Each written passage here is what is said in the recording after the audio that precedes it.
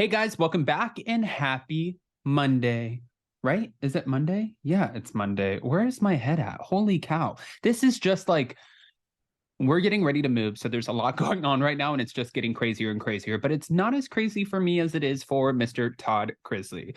Now, Todd Chrisley's ex-wife is coming forward talking about how not only obviously does she not like him, but how we cannot imagine how vindictive he can be.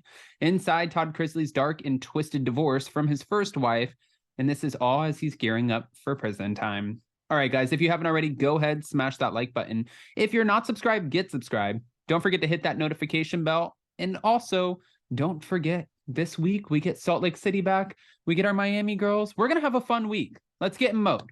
2023. Let's do this. It's time for all your binge-worthy pop culture news. Welcome to Up and Adam. All right, guys, so it looks like Todd Chrisley's first wife, Teresa Terry, knew as she walked down the aisle in 1990 that their shotgun wedding, when she was just 19 and he was 21, wasn't the best idea.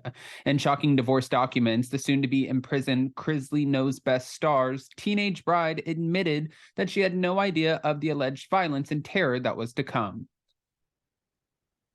Holy cow. By 1994, the high school sweethearts who are parents to Lindsay and Kyle had devolved into acrimonious spouses, allegedly thanks to Todd's iron fist. He likes to control his environment. This is what Teresa claimed. I had two small kids. This was at home, but at home, everything had to be picture perfect. Your hair always had to be fixed and you had to be dressed to the tens. That's what Todd's ex-wife is alleging, adding she grew tired of being constantly corrected.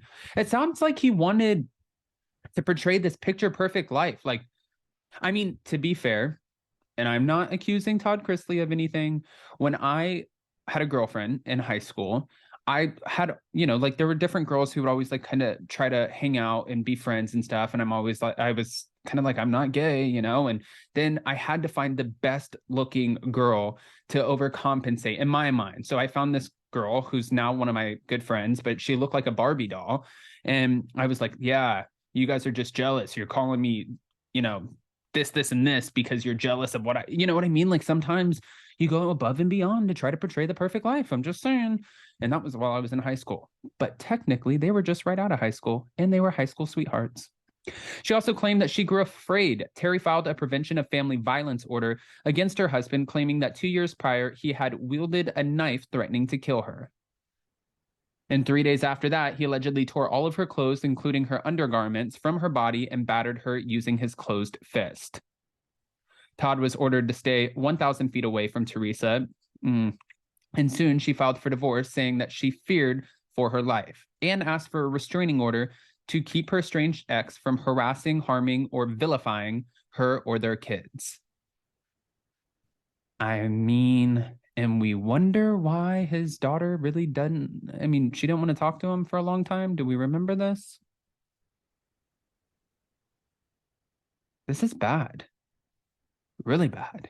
Teresa also accused him of cheating on her with his now wife, Julie, even providing dates and locations of their alleged hookups.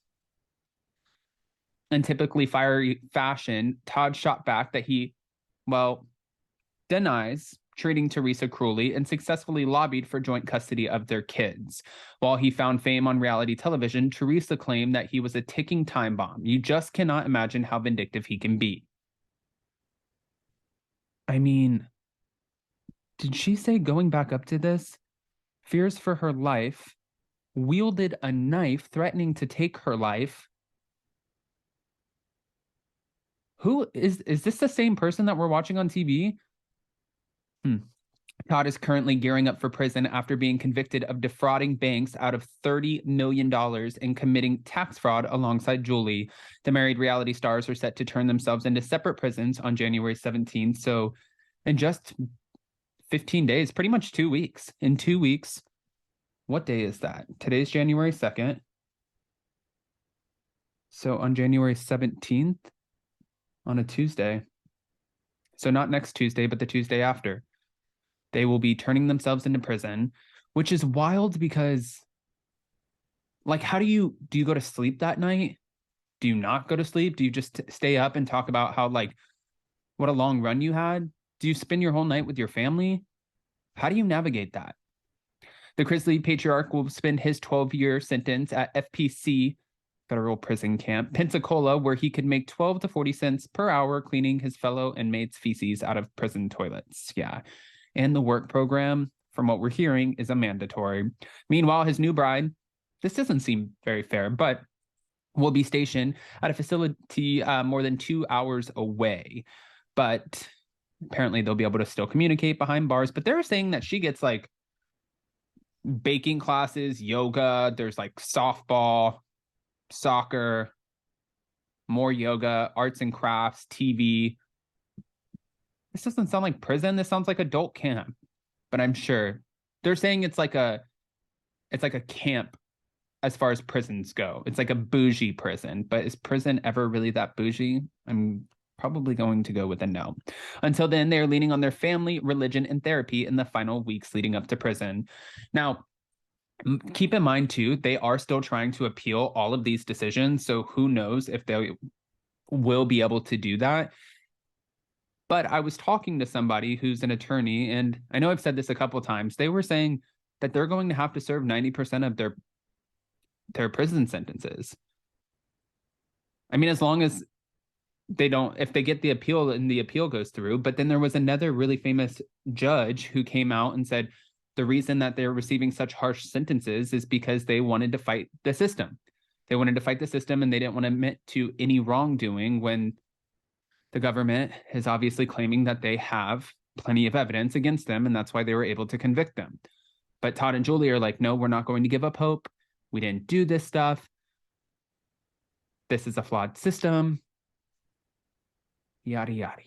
All right, guys, I don't want to just give you this information and not ask your opinions. I want to hear what your thoughts are. So go ahead and comment below. And more importantly, before you go, don't forget to smash that like button. If you're not subscribed, get subscribed. Don't forget to hit that notification bell.